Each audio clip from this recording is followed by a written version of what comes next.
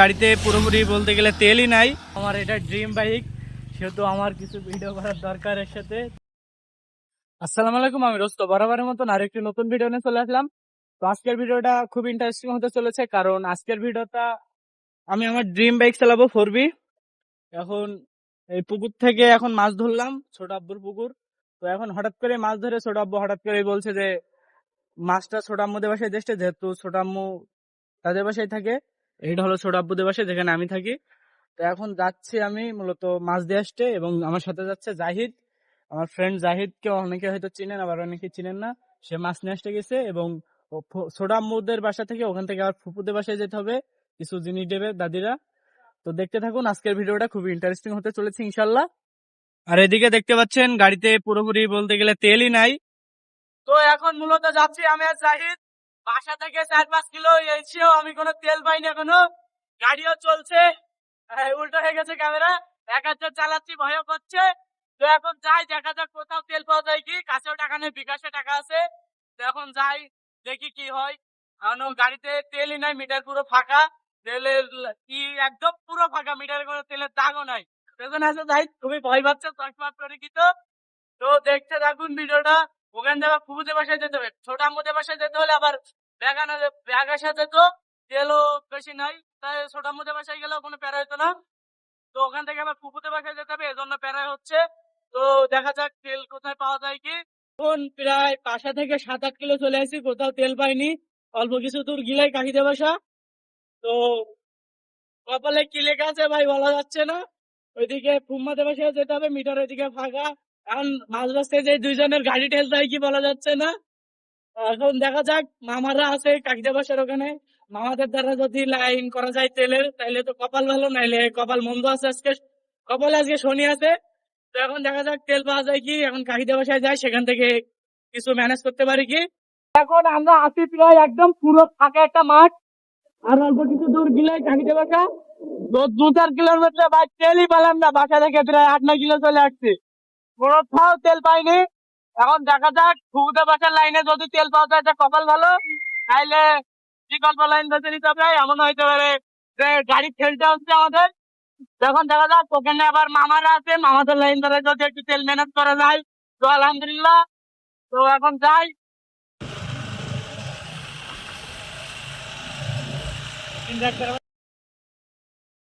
তো কাকিদের বাসায় চলে এসেছি, দেখতে পাচ্ছেন গা হাত পা ভাই ময়লা, মানে গোসল করতে দিনই দাদির জুতো পরে চলে আসি। এদিকে গাড়ির সিটের অবস্থা, এখন গাড়িতে তেলও নেই বেশি, বিপাক লেগে যাবে না আজকে, বোঝা যাচ্ছে। এখন কাকিদের বাসার মধ্যে ঢুকছি, আবার কাকিদের বাসা থেকে বেরিয়ে আবার ভিডিও করছি। তো এখন কাকিদের বাসা থেকে বেরিয়ে যাচ্ছি, যাচ্ছে গাড়ি, ফুলটা অস্থির লাগছে, যাওয়ার পথে ছবি তুলবো। এখন যাইতে হবে ফুম্মাদের বাসায় জামা কাপড় নিয়ে। তো এখন ফুম্মাদের বাসায় যাবো, বলা যাচ্ছে না ভাই তেল মেল পুরাই যাবে কি। এখন যাই, দেখা যাক কি হয়।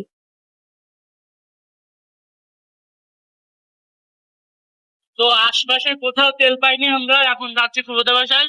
এই বাজারটার নাম মেবি মনে নাই, সামনে গেলেই গদখালি বাজার, কিন্তু আমাদের গদখালি পর্যন্ত যাওয়ার প্রয়োজন হবে না, আমাদের গদখালির আগেই নিতে যাবে, গদখালির আগেই।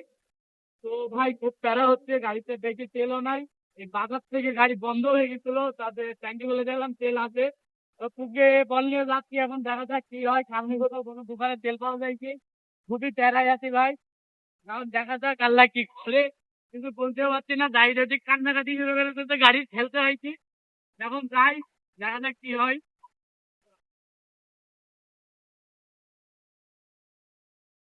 তো এখন আমরা আছি গদখালি এলাকার ভিতরে চলে আসি প্রায়। ওই দিক দেখা, ওই দেখতে পাচ্ছেন অল্প অল্প ফুল আছে, এদিকে ঝাউ গাছ, অল্প অল্প কিছু ফুল, ওইদিকে ফুল তুলতেছে। আমাদের যেতে হবে এই রোড দিয়ে সামনে। এখন এই দেখতে পাচ্ছেন এই ফুল, ঝাউ গাছ আছে এখানে, আর অল্প কিছু, এগুলো কি ফুল জানি না। আবার তো এটা চালু করে রাখ এখন। আমাদের যেতে হবে এই সাইড দিয়ে রোড দিয়ে। এখান থেকে এই রাস্তাটা মারাত্মক লাগে আমার কাছে। এই সাইডে ঝাউ গাছ দেখা, এই সাইডে ঝাউ গাছ আছে, না। তো এখন আমাদের বাসায় এসে গেছি, ঘরের মধ্যে বসে আছি, দেখতে পাচ্ছেন জাহিদ ভাই খুব তাই গাড়ি এখন ঠেলে নিয়ে যেতে হয় কি ঠিক নেই ভাই, কোনো জায়গায় তেল পাইনি আমরা। হ্যাঁ, মানে বহু জায়গায় তেল খুঁজেছি, মানে এদিকে বাজারটার নাম কি মনে নাই তো ভাই, প্রচুর ফেরাই আছি। এখন দেখা যাক, মানে বাজারটা ফেলে আসছি যেটার নাম বাজারটার নাম ঠিক মনে নেই, কি একটা নাম, তো পরবর্তীতে জানিয়ে দিব আমি। তো এখন গাড়ি আমাদের ঠেলা লাগে কি সেটাই বলতে পারছি না। এখন দেখা যাক কি হয়, আমাদের পরিস্থিতি কতদূর যায়। এখন খুব হাসিও লাগছে, খারাপও লাগছে, কিছু বলার নেই। তো এখন দেখি গাড়ি কেটে কি করা যায়, তেল কোথায় পাওয়া যায়, কি টাকাও কাছে নগদ নাই যে কারোর গাড়ি থেকে নিয়ে নিব, টাকা আছে বিকাশে। এখন দেখা যাক কি হয়। তো এখন পুম্মাদের বাসা থেকে বেরিয়ে আসলাম, এখন আছি কুলিয়া স্কুল মাঠে। এটা হলো পুম্মাদের এলাকার স্কুল। তো ভাই একটু আগে ভরপুর প্যাকেট নিয়ে আসলাম, পুম্মা আবার প্যাকেট ধরে দিয়েছে হাতে। এখন কিছু করার নাই, এখন যাইতে হবে আমাদের। হাতে গাড়ির অবস্থা খারাপ, তেল নেই গাড়িতে। এখন দেখা যাক কি হয়, মাঝপথে ঠেলতে হয় কি। তো ভিডিওটা শেষ এখন করব না, কারণ যদি কারেন্ট বলছি, তেল শেষ হয়ে যায় তখন মিস হয়ে যাবে। তো ভিডিও শেষ করব বাসায় যেয়ে। তো তো এখন আছি দুই, মেবি কি গাছটা জানি না, এই যে এই গাছ আর এই গাছের মাঝখানে গাড়িটা রেখে কিছু ভিডিও করলাম। যেহেতু আমার এটা ড্রিম বাইক, সেহেতু আমার কিছু ভিডিও করার দরকার এর সাথে, তো ভিডিও করলাম। তো ইনশাল্লাহ ওয়ান ডে আমারও হবে এরকম একটা সেম বাইক। কি কালার এখন আল্লাহ জানে, কি কালার আমারে রাখবে। মানে গাড়িটা মারাত্মক লেভেলের, আমার ড্রিম বাইক। এখন দেখা যাক আমার কপালে আল্লাহ কি রাখে। তো এখন যাব কাকিদের বাসায়। আবার কাকু ফোন দিছিল আমার কাছে, ফোন দিয়ে বলছে কাকু চার্জার নাকি নিতে ভুলে গেছিল। তো এখন সোজা কাকিদের বাসায় যাবো, কাকিদের বাসা থেকে চার্জারটা নিয়ে ওখান থেকে বাসার পথে রওনা দেবো। তো দেখতে থাকুন। তো এখন বাসায় চলে আসলাম, এখন গাড়িটা একটু ওয়াশ দিতে হবে, বহুত কাদা মেলা আছে, গা সবকিছু শুকাই গেছে, যখন গেছি পুরো ভিজে। এখন গাড়ি হালকা করে ওয়াশ দেবো। তো আজকের ভিডিওটা এই পর্যন্তই থাকছে, ইনশাল্লাহ পরবর্তী কোনো ভিডিওতে আবার দেখা হবে। যেহেতু পরশু দিনই ঈদের নতুন ভিডিও নিয়ে আবার দেখা হবে। আল্লাহ হাফেজ।